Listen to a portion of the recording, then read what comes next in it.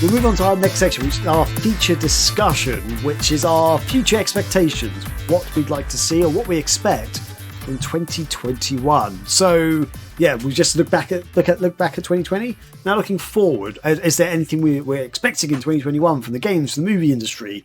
So, we're going to run through some of that stuff right now. So I'll kick this one off. What I'm expecting from 2021, let me think. So, this ties into one of those questions that we had earlier on, Scotty.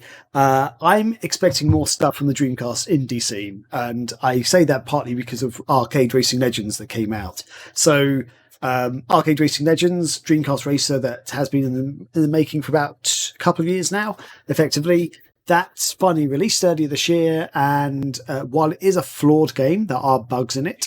I think it shows real promise. Like it's the as far as I'm aware, it's the first fully 3D racing game to come out of the Dreamcast indie scene, basically. So, an small indie studio, launched it on Kickstarter, got the backing on Kickstarter, and they've made this game, and it's a pretty solid game. I can't say it's the best Dreamcast racing game out there, and as I say, it's got bugs and stuff. But it's better than some actually official release Dreamcast games. That's the thing. It's not by no means even with the bugs in it. It's no means the worst Dreamcast racing game at all. I'd say it's definitely above average. It's a good racing game, and it just thinking about that makes me think, what can possibly happen in the future? So if Pixel Heart and Josh Prod want to have another crack at another 3D racing game, I'm all for it. Or if another indie studio out there wants to take up the reins, I'd be very excited to see what they can do. And maybe, I don't know, maybe there could be other 3D style games. Maybe another 3D platformer might come out. I don't know. That's what I'm looking forward to. I'm thinking some good stuff can come out of the Dreamcast indie scene with that sort of stuff. Have you guys got any comments on that at all? Like, have you guys played Arcade Racing Legends yet? Or I have not. I want to. I did a bit. A ROM, but I mean, I would like to get my hands on that one. So I did a bit, and I don't really appreciate how you have to unlock every track before you can even play them, even in like versus mode. Okay.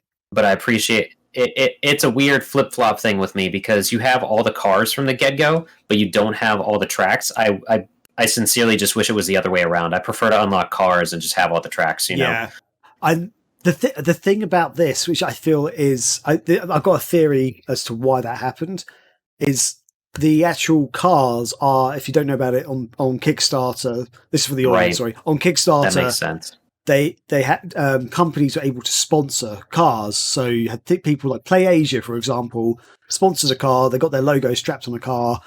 And the thing is, I think if some of those cars were locked, it'd be almost unfair to some other people because they're all paying the same price. Yeah. And also there's a flaw. This is one of the things I say in my review is that it feels strange that all the cars have exactly the same handling and exactly the same top speed as well. So like, effectively what is a Ford GT, which is a really fast sports car, is the same speed as an ice cream van. Makes no sense. But Sweet Tooth is in it.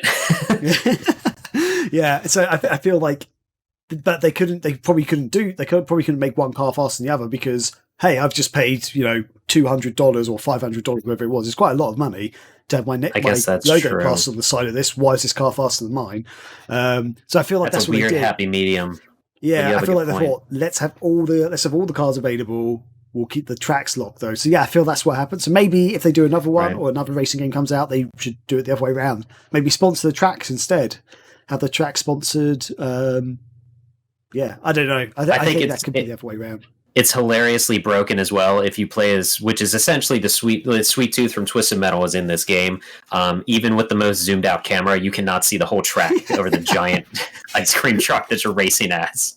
Oh god, yeah. I have to admit, I didn't realize that was from Twisted Metal, that car, but because I'm not really a Twisted Metal fan, but I've not really played them. Can't say if I'm a fan or not. But yeah, that I played with that car like twice. And it's like, I can't even see. Right. I can't see the corners coming. Yeah, it's a well-made game, and it's good to see something that's not a shmup in the Dreamcast indie scene. Oh yeah, definitely. Yeah, I think nothing against the shmups out there, but yeah. Yeah, I'm not a huge Super Mario fan. I appreciate them, but yeah, after 6 or 7 of them, I'm like, yeah, I'm done with those. But yeah, so that's one of my things I'm most looking forward to.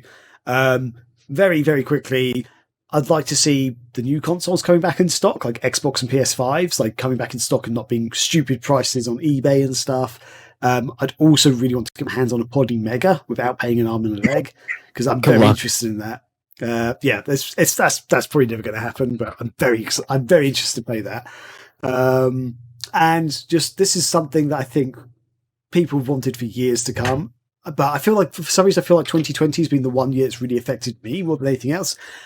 I'm fed up with developers releasing a game and at the same time releasing the gold, the ultimate, the complete, the ultra mega. This is the final super edition of a game at the same time. Where they're like, Graham likes his FIFA game. Sounds like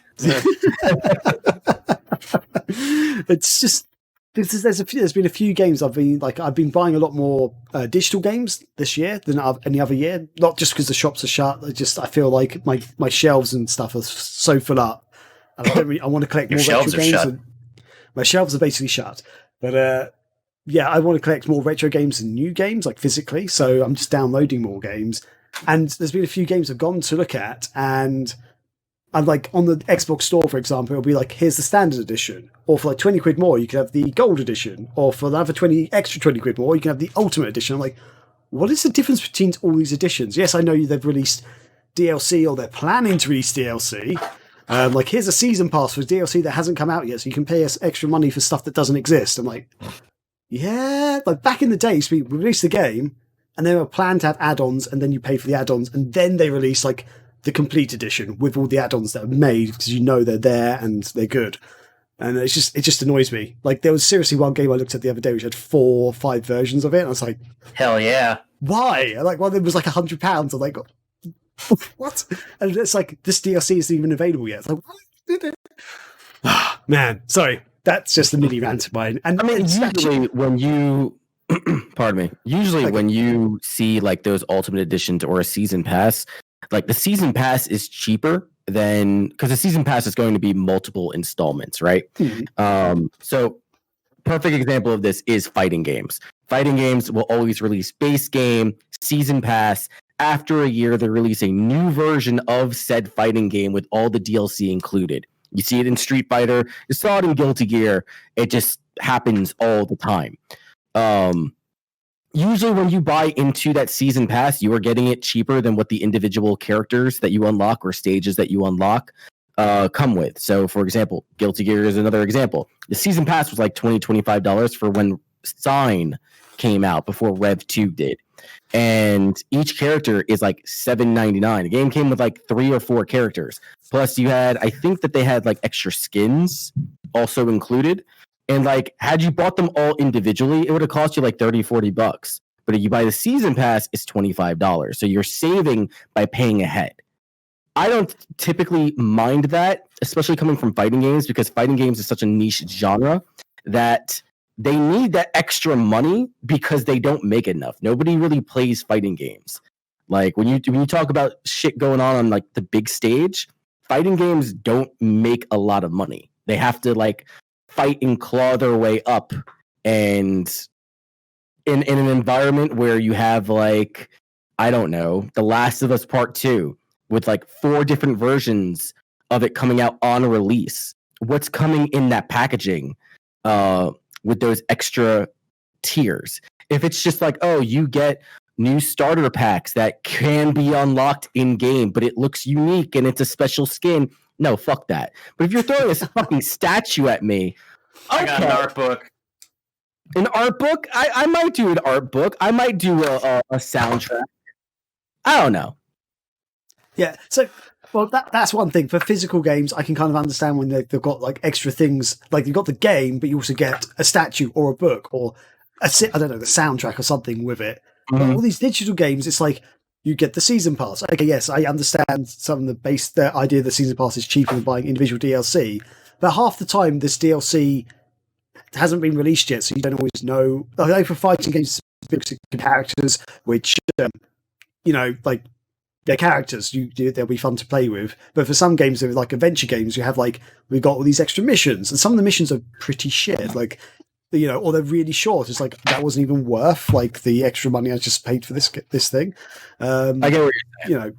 Yeah, so I like I remember back in the day, like for example with Oblivion, like I remember when they first released DLC, they had the horse armor, which was shit, but then they released the other expansion packs like the Shivering Isles, which turned out to be amazing. But you didn't have season passes back then. You bought the game, then like a year or so later, DLC came out, and you're like, oh, this is cool, and then like maybe once all the DLCs come out, then they release the complete edition, and you're like, I can buy this game with everything included for the latecomers, which is great. Which I kind of prefer. I prefer that idea that if a game's doing well, they will make DLC for it, rather than like, we've just made a game. Okay, let's make even more money by pre-setting DLC that doesn't exist yet, or DLC that should be in the game, but we're going to leave it out the side a bit and just make extra money. Like that's what it feels like to me, and yeah. I don't know about the character thing, but I feel like some of these games could have characters that are more unlockable rather than just DLC. I don't know. Yeah, it's just something that's bugged for me a lot this year. Fun fact about myself: you want to know the first game I bought the season pass to, and the last game I bought a season pass to? What's that?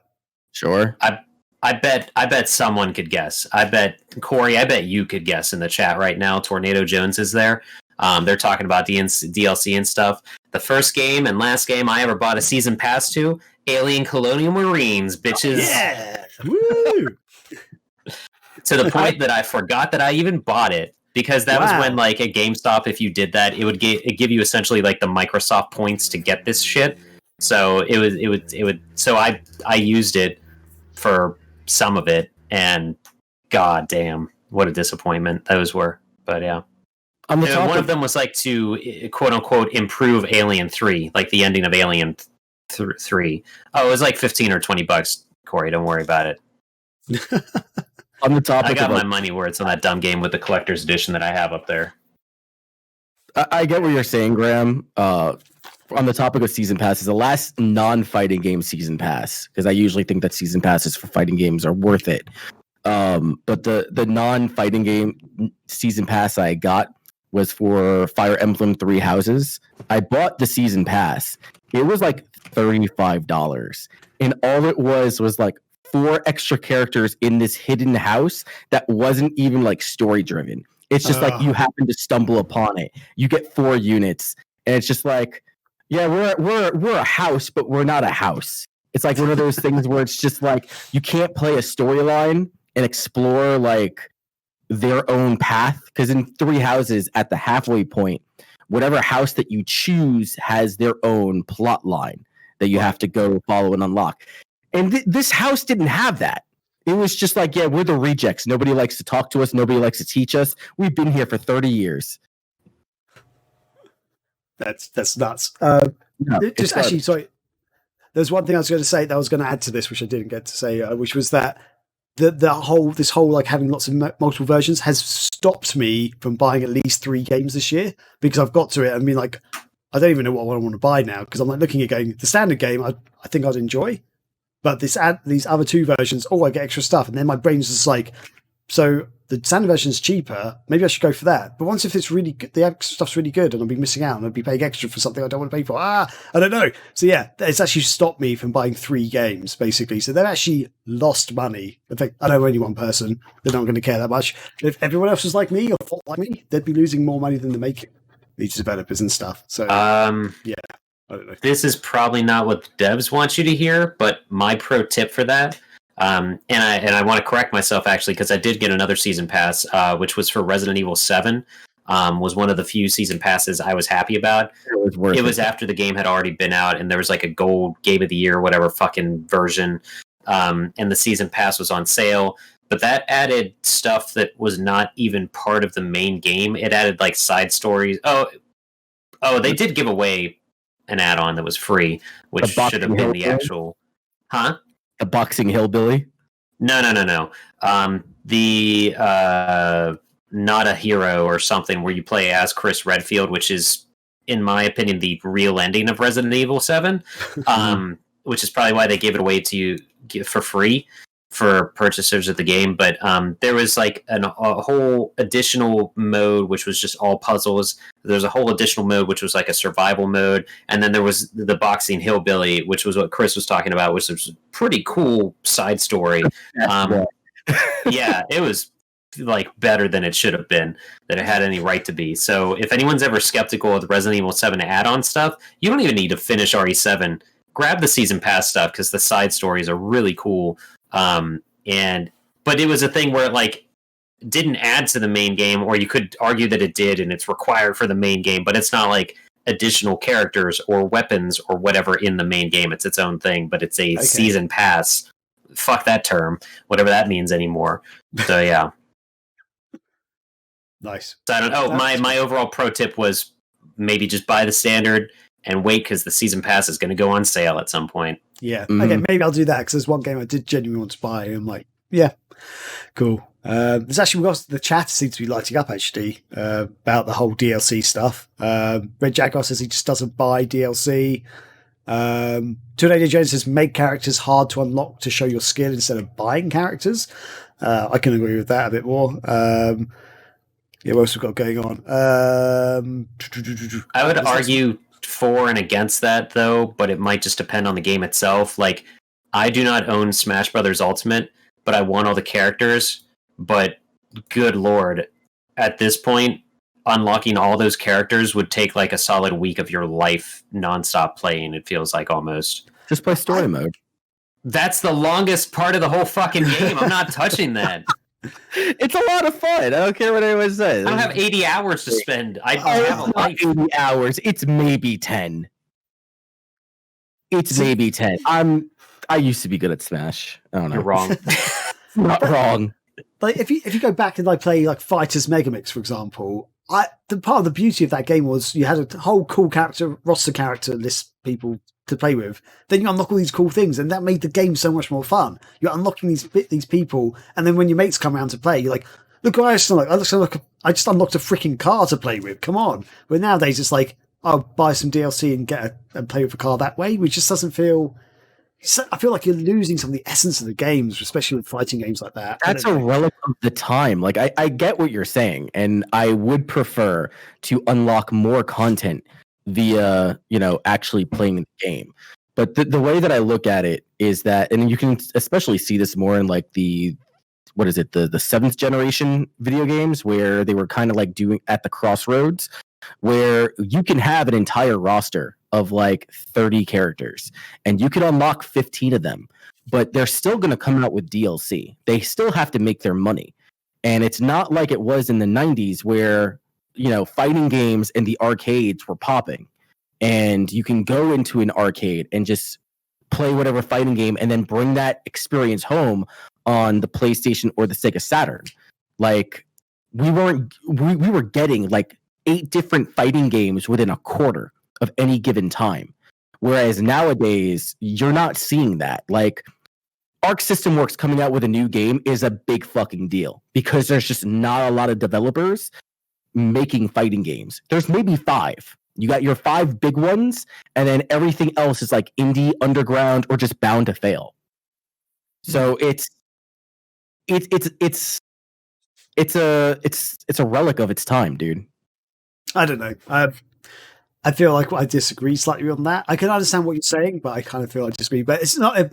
I think my point there, I've kind of diluted myself into just talking about fighting games now. It's more for other games as well, more than fighting games. Like some big games have come out that are like adventure games or whatever. They've got DLC, which is clearly just add-ons that they were planning anyway, and it's just like, I don't know. It just feels like they're not releasing a full game anymore. That's one of the other problems, or they're saying buy a season pass for this DLC that's going to come out, but you don't know what it is yet. And sometimes it just turns out to be like a tiny little thing that lasts like 30 minutes. Like I just paid $10 for half an hour's worth of gameplay. I don't really know. I don't think it's worth it.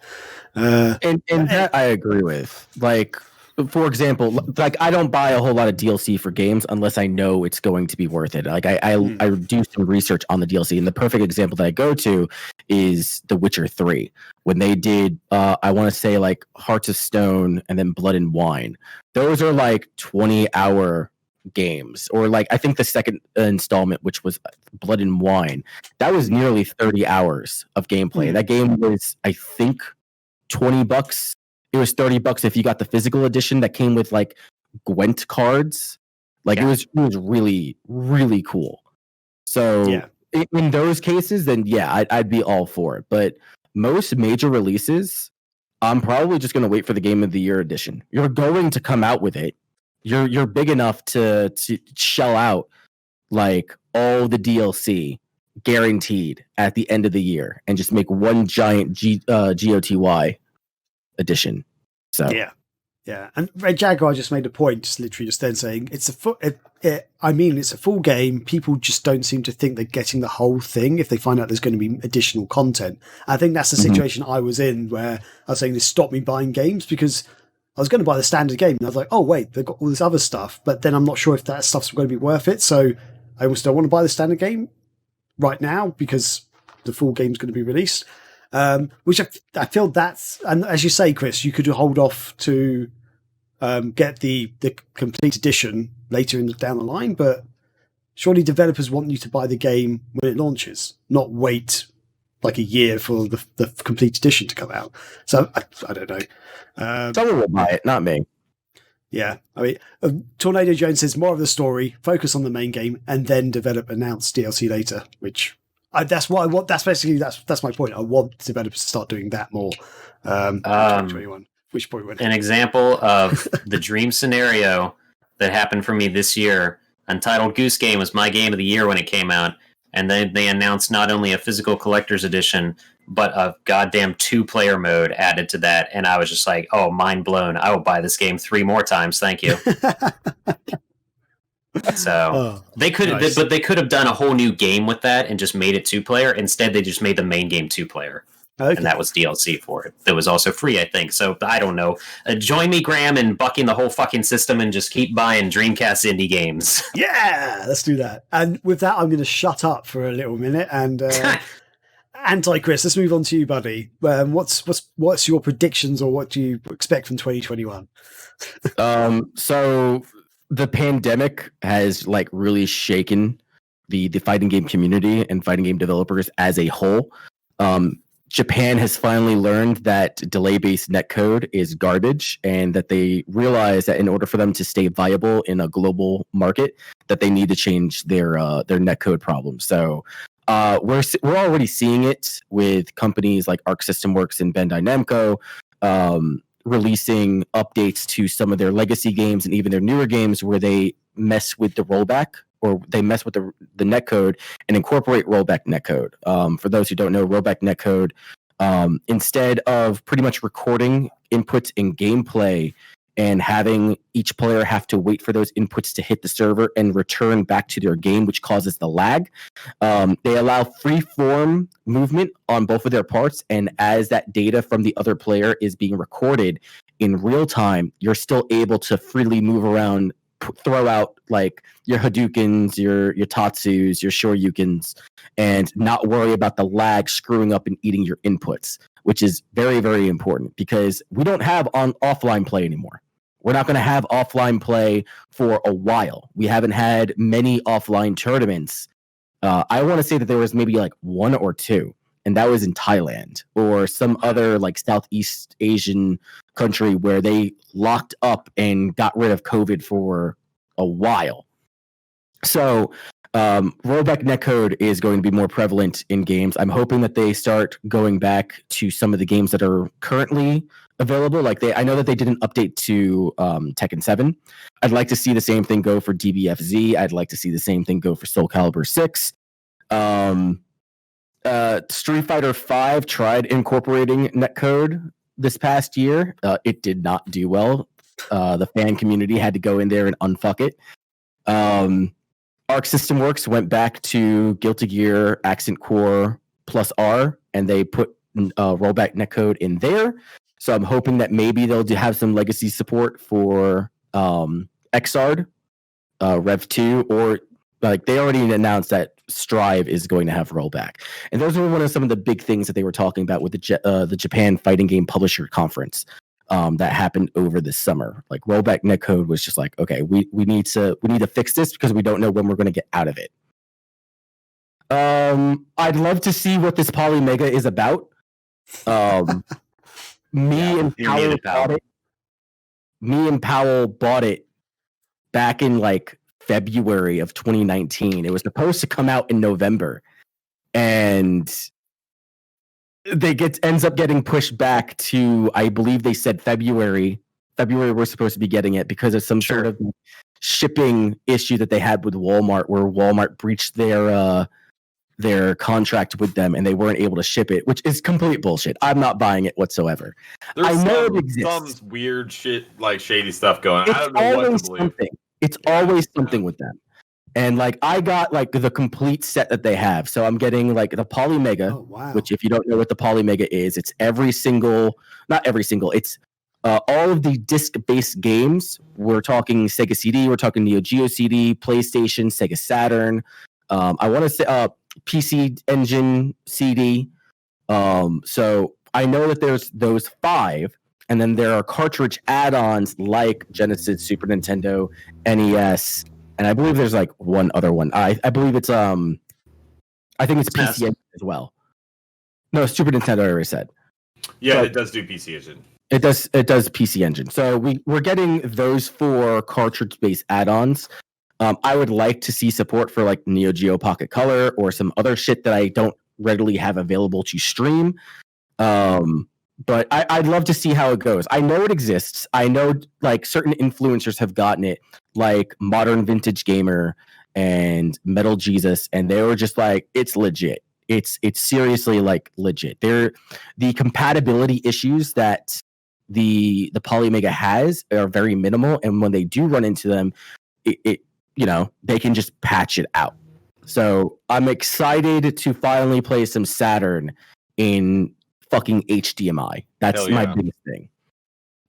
Guilty Gear Strive, that's been the game that I've been following for over a year plus. It's got to deliver. It's got that will make or break the series, because Arc System has come out and said that they are changing the way that the system operates. It's not like XR, it's not like X2. They're trying to get more newer players in there, but when they did the closed beta, 95% of all the players that played Strive were legacy players. 50% of them admitted that Guilty Gear is their favorite franchise. So they're still getting the same player base jumping into Strive when they're trying to more or less pander to newer players, making the combo system a little bit easier, dumbing down the combo system, the combat system. So we've seen some changes. They've been releasing new information in the developers' backyard. They're very transparent with everything that they're doing. They're changing the entire ranked structure so that no player is getting a rank, rather than they have access to certain lobbies based on skill-based matchmaking, which I think is cool, because what they were saying is that when people are assigned a specific rank, like for example, in XR on PlayStation 4, I am ranked 25 out of 40, which is relatively high. That pretty much says I am better than the top. I am better than 90% of the people who's ever played that game in ranked mode. And what people will do is that they will avoid playing people who are a lower rank than they are, because they don't want to lose that rank. So by eliminating the rank and giving them access to specific lobbies that are based off of their skill level, they can probably see more people playing the ranked mode in competitive play rather than just fucking off in casuals. I'd like to see how go ahead. That happens in Puyo Puyo Tetris too. It fucking sucked launch day. No one was in the casual rooms. Everyone was in ranked, so I was just getting demolished, and it was not fun. That shit's fucking annoying. Yeah. I'd like to see how CD Projekt Red fares post Cyberpunk 2077 Hate Train. I'm not having issues with Cyberpunk like everyone else is, but I have a pretty beefy computer. It can handle all the bullshit that's going on. Oh, you're playing the correct version. That's why. Exactly. I'm playing the right version. And everyone else who isn't is poor. And they're that's essentially what CD Projekt Red is saying. Like I'm not saying that. I didn't even want the PC version. I wanted the PS5 version. But if you don't have the PC version and you don't have a strong PC to play it on, like, don't even fucking bother. Oh, you have something that's not a 2060 or higher? Get the fuck out of here. You're trash. People playing it on like dual 1080s, and it's still like assets not even loading. You'll fall through the fucking world in this indefinite like cycle of doom. Some Yeah, people I've hit some Yeah. crazy glitches on the when I was playing on like a launch at Xbox One, and I was having all sorts of crazy glitches man. and stuff. Yeah, and they're not even like confident that they're going to have a patch for those legacy consoles until February. Jesus. Yeah. So it's like They'll fix it by the time the Switch version comes out, right? Tell me more, Scotty. Tell me more. I don't care what happens to it. Yeah. So the only friends I know, other friends I know who've got it, who haven't had any problems, are some guys who have Xbox Series X's. They say it runs fine for them. Like they haven't had any problems. Yeah, the 9th gen consoles are mostly okay. The PC version is mostly okay. But I mean, what percentage of the market is that? Like maybe 10? Yeah. Probably higher than that because you have the PC, thrown in there. So we're saying everyone who has a base model or a PS4 Pro and an Xbox One or an Xbox One X gets shit on. Yeah. Because they didn't have the right console because they didn't spend money. That's bullshit. So then everything that happened with the Devotion release and then the Devotion pullback, because I don't know if you guys were following that, GOG announced that they were releasing Devotion, which was a Red Candles game release. They are the same guys who did Detention. It is a Southeastern style horror game. Super good. Outstanding. And then they announced Devotion, which was more religious in nature rather than political. But somebody had snuck in a meme being critical of the Chinese Communist Party. And then the Chinese Communist Party pretty much shut that publisher down. And they weren't able to release the game outside of Taiwan.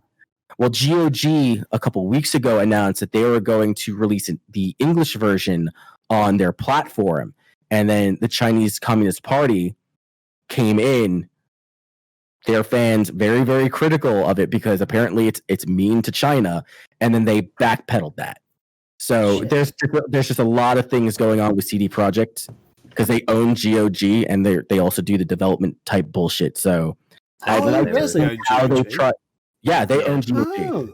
So I'm really curious on how they're going to fix this issue. We know that a new Nintendo Switch Pro is coming out. Like we know that it's happening. I heard different to the Nintendo Switch Pro that got shut. The rumors about it got shut down recently. Yeah, and then hardware manufacturers released rosters saying like, oh, the new components for the new Nintendo Switch just got leaked. So like people have been talking about this for the last 2 years. They're expecting it to be released this winter season with Breath of the Wild 2 because that's going to be the flagship title that really pushes the Nintendo Switch Pro. So it's happening. Wow. So it's definitely happening. You said what title is going to be released with that? Breath of the Wild 2. Okay. So it's better than the first one. I'll do this right now. Right now. Last thing that I'm excited for, and this is more of an indie thing, ArcForge is a indie fighting game developer. They've been working on their own game called Origin of Storms, which it's like a Marvel 3-on-3 type game.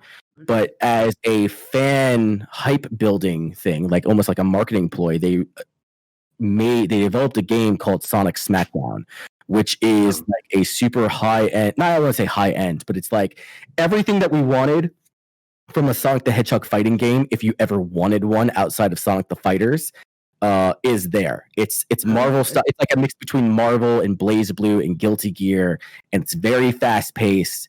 And they had completed development on it, I want to say back in September, and they said that they weren't going to revisit it because one, it's a free game. Their baby is Origin of Storms. They have to go on and make money. And they announced about a week or two ago that Ultimate Sonic Smackdown is going to be coming out in 2021. They're saying it's a new development building on what they've already established with Sonic Smackdown. New characters, rollback netcode, 3-on-3 battles. It just sounds like it's going to be sick.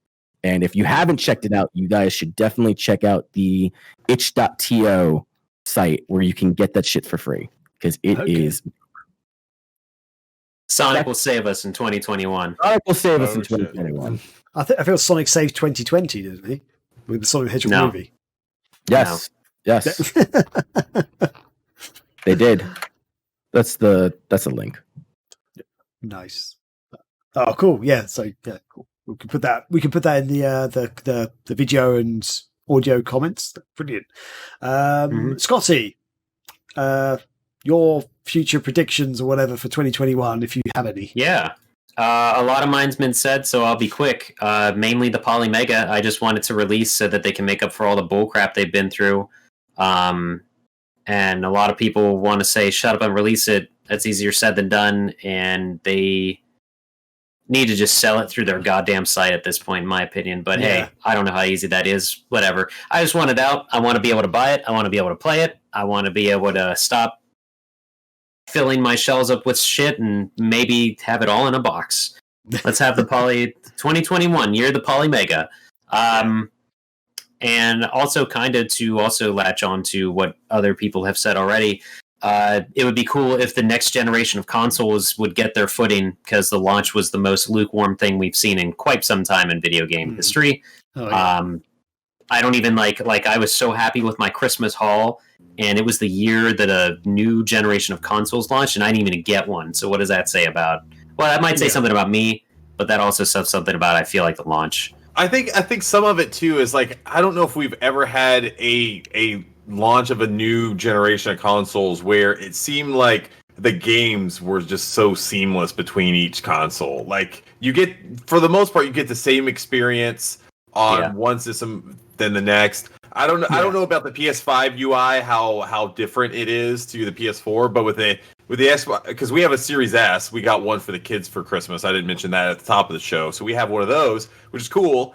But the UI looks exactly like it does on the regular one. So even the feel of it, it feels the same. So it doesn't. It's weird. It's not that.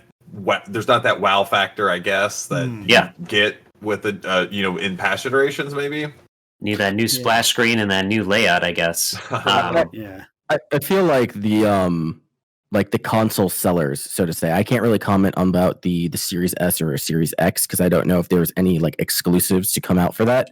But like, if I were to get a PS5 at launch, it would have been for Demon's Souls, because that looks like the only game that is like so unique and different from anything else that you've played on the PS4. I mean, because like Spider-Man Miles Morales is there, and the PS5 version is just a better version of what's released on the PS4. Yeah. But as far as like something that is like brand spanking new, if you're not a Soulsborne fan and you're just wanting to spend money for a better version of Miles Morales, what is there for you to fucking buy? Yeah. Well, I will counter that, but also emphasize your point with Astro's Playroom, because that was a pack-in game, and that's what anyone is talking about on these new consoles. I feel like is like the PS5 DualSense controller is getting more discussion than the actual consoles are.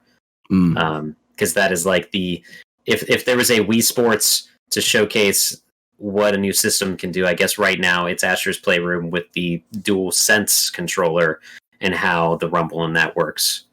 So I will go back to what I was saying earlier. I will say one last thing. I think this is going to be the norm going forward with generations. Like, I think it's going to be just a continuous experience between one console, kind of like phones and stuff. You get a new phone, like your UI, and it feels like the same experience essentially, but the hardware is new and fresh, and it runs more efficiently and faster. I think that's what we're going to start seeing more of versus like what we saw in past generations, kind of like what I was talking about, really. I think this is just the new norm. That's a very good comparison, because when you get a new phone, you like enter your details and suddenly like all your apps appear from your old phone on your new phone and stuff, and everything's transferred across, which is kind of what's happening here. We've got all these games on PlayStation 4 and Xbox One, which now play on the next generation. So you're not losing stuff. You're like, oh, I can still play all my old games. Fantastic. I need that new shiny thing, though. Yeah, exactly. Red Jaguar said in the chat, think about your huge PS4 game library, and I guess meaning that goes onto your PS5. I don't have a huge PS4 library because this generation didn't mean shit to me, to be totally blunt. There was nothing that stood out to me this generation. I think he was speaking to me in that, because I have like 125 PS4 games hard copy, and I'm still running on a base PS4 that runs at like snail speed. It's terrible. Oh, dear. Oddly enough, my base PS4 does not sound as much like a gen engine when I play Last of Us 2 as it did when I was playing Doom Eternal. I mean, mine's quite too, but I just think it's because of all the hard drive space that I've taken up with like Yakuza 0 and all the DLC from the fighting games that I no longer play on PS4 because I have it on PC. So Right. Yeah. Yes, and then my other thing, my hype that I'm hoping for in 2021 is the return of conventions, because Megavision's going to hopefully take over them with our guerrilla marketing. We're going to be there. Right. And then my last thing is in 2021, I want Graham and me to do a joint Panzer Dragoon Saga stream. It needs to Let's happen. do this. I'm so It up needs for to that. happen. Genuinely up for that. I don't know how we're going to We do got to it. make it happen. How do we do this? Through the power of the internet, my friend. Excellent. Good. All things are possible now. We can make it happen. Right. We can make it happen. This is Graham. This is like Graham 2005. He's like, how will we ever do this? What is this? What's going on? Oh, God. I don't even know what's happening right now. How's the stream going out live? Oh, my God. I don't. It's just all of us have. There's just tin cans everywhere. What up, Skylar the Dragon? He knows. Hey, yes. Apparently, in 2021, he wants me to do a TikTok dance to No Scrubs. Yes. I will never open a TikTok account. I'm too scared. That's my stuff for my hopes for 2021. Fantastic. And so, how's it going? Let's hear your 2021 jazz. Mine is going to be simple, and it's similar to Scotty's, but I think I just want to talk more about the game industry side of things. But I just want to see like expos and shows and conventions return. That's like the biggest thing. I don't know. It's weird. I don't know. Like, I'm sure game companies, like the big ones, are looking at analytics and data and things like that. And I don't know what that shows between like whether what the future of physical game conventions are going to be. Because I could certainly see them saying, like, why are we going to invest all this money when, like, we could just do all this digitally, like we had to do this year? And, like, what if it didn't really have any impact on sales and things like that? Like, that's the thing. And that's what I'm kind of scared of. Because I want game conventions to keep happening. And I want E3 specifically to keep happening. I love E3. Yeah. I want it to keep happening. I want it to still mean something. And because... honestly, if we go to a world where everyone just puts their stuff up on YouTube, like, why? That's not special in any way, I think. You know, like at least for me in terms of covering it as a game journalist. Like, I want to actually go there, touch these games, like play them, talk to the people that made the games, ask them questions, do all of those things. Like, I don't want to just fucking watch a stream on my computer and then write an article about it and like that to me, that's not like what I want from covering games. I want to actually be there and do it. And so from that standpoint, for me, like, I really, really hope that we get like game conventions back in a real way next year, because that's been like one of the hardest parts for me, because I look forward to so many parts of the year. Like, my year's broken up in a lot of ways. Like, I base it on shows and conventions, game shows and conventions that we go to. Like, because I always know January is MagFest. That kicks off the year. Every year is MagFest. And then we go from there. In the summer, we have like E3, we have too many games, and we go from there. And it's been a really weird year. Just to have everything kind of just like pulled out from under us, and we just have to kind of figure out what we do. And I want to say, like, for all the people out there that are still trying to run like virtual game conventions and things like that, I applaud them. I know how hard that must be just to try to keep it going and stay relevant and all that. But for me, it's just it doesn't do it for me personally. Like, I can't. I don't even bother with this virtual stuff. I want to go to the real thing, and I hope. Go ahead. I was going to say, I have a feeling that going forward, maybe some of the big publishers, Xbox, Microsoft, Sony, Nintendo, they might switch more towards virtual stuff. But I feel like more indie games and smaller publishers will still go to these physical events. Partly because it's quite easy to put stuff up on like YouTube and stuff, but it's only like the really big games that or big publishers that like get attention on there, like the smaller games don't. So it's really these events that those smaller games can actually get more notice, I think, and more traction. I think that's a great point, because I'll tell you, Graham, at PAX East, like there were so many amazing and well-crafted, well-polished indie games that were there that I had never heard about, and if I had never gone to that, I would never have even found it about. Like there's a lot of games that I played this year because I went to PAX East, and I never would have known about those games if I hadn't been there. So I think there is something to say for physical shows for smaller game companies. I think it does mean something. Yeah. The problem is you're not an influencer. The constant struggle. The struggle continues. Game journalists versus influencers. Fuck them. Yeah. Is there anything else? That's all mine. Oh, okay. I was going to ask if there's anything else you're predicting, but is that it? That's my big thing. It's just that's what I want to see, and that's what I hope for. My big thing. Cool. Oh, there we go. Like, yeah. Oh, Skyrim the Dragon says Megavisions will always be an influence to me. So yeah, thanks, buddy. Awesome, love it. So I guess that kind of does it with our feature topic and with the show. Just a couple of comments in the chat. Tornado Jones, I'm excited for the Cool I Die games I haven't played and the new ones coming out. I have no idea what that is. Do you guys know what that sentence means? I think he fucked up. Okay. I didn't even mention that, hey, hopefully, next marathon we'll actually be doing it in person, the Dreamcast marathon. That'll be holy fucking shit, so much easier to run. Oh, he meant indie games. Sorry. I'm excited for the cool indie games I haven't played yet and the new ones coming out. That's what Tornado Jones meant. So thanks Tornado Jones for clarifying. But yeah, I think Dreamcast Marathon 2021, if we can be in person again, that would be so much better, because it was fine this year. I think it worked to an extent, but it wasn't quite the same, was it? Being all together. No, it's different. Yeah. I'm waiting for the quarterly marathons where we do one for the Master System, one for the Genesis, one for the Saturn, and then close it out with the Dreamcast. Let's do it, Scotty. Let's do it. We can have Saturn. We can have the Saturn marathon be during Christmas, because we could close it out with Christmas nights. Yes. And then you can pilot that one. Let's do it. Not even that'll convince me to do it. Come on. Oh, it's like no. Fuck you. You try to organize this thing. Oh man! I need my own goddamn house to have the marathon in. I can't even. Oh god damn it! Well, pal, get that mega barn built so we can have more marathons going. That's the plan. That's my. That's another one. In 2021, we'll have that. Yeah, the mega barn. Perfect. So yeah, if there's nothing else, I feel like that's been a great show. Thanks everybody for joining us in 2020.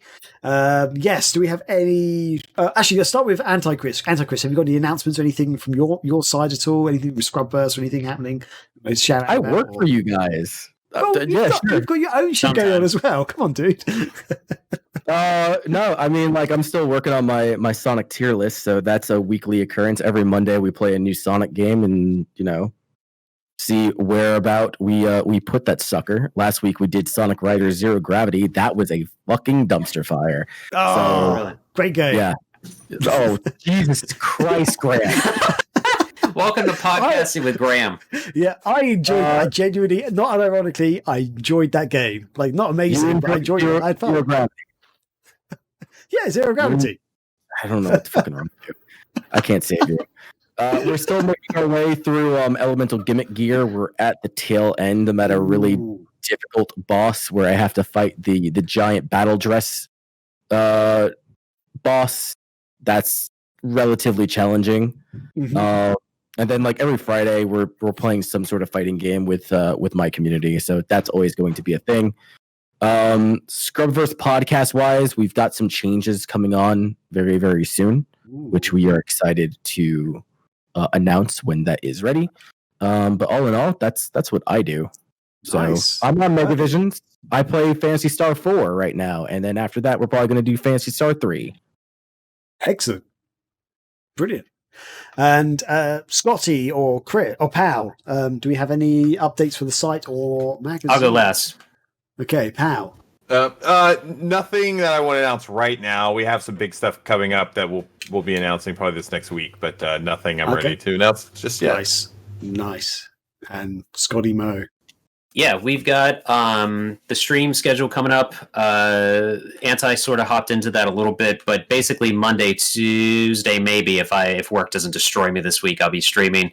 Thursday Night Throwdown happens every week, and then Anti-Chris has his own stuff on Saturday. So keep an eye on Twitter, the best for that, because we always post the actual schedule either Sunday or Monday, and then pin it to the tweets.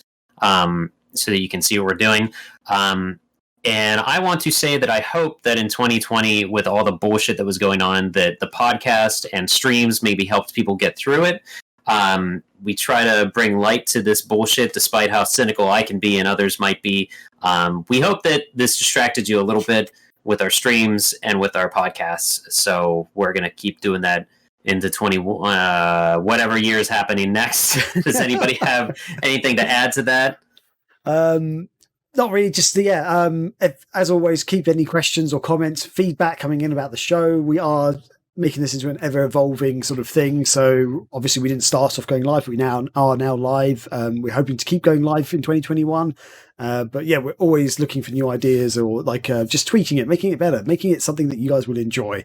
And of course, we've got plans to try and tweak it a little bit ourselves, but if you've got anything you want to throw out there, just let us know. Bring back the sideshow, says Anti-Chris. Thanks, Anti-Chris. Yeah, I enjoyed the sideshow, not going to lie. But there we go. You were on it like twice. Yeah. I'm there a few times. Yeah. But yeah, so that's it, I think, everybody. Thanks again for we're gonna I am Kyle X is playing Tomb Raider Chronicles right now, the Dreamcast version. So we're going to go ahead and rate him and hang out with him. He's a Scottish dude that plays some cool stuff and is all about Jigglypuff, but playing that, watching some of that Lara Croft right now, ladies and gentlemen. So that's all I got. We're going to rate him, so stick around. Yeah, awesome. Thanks again. Stay awesome. Enjoy the rest of 2020 and see you in 2021.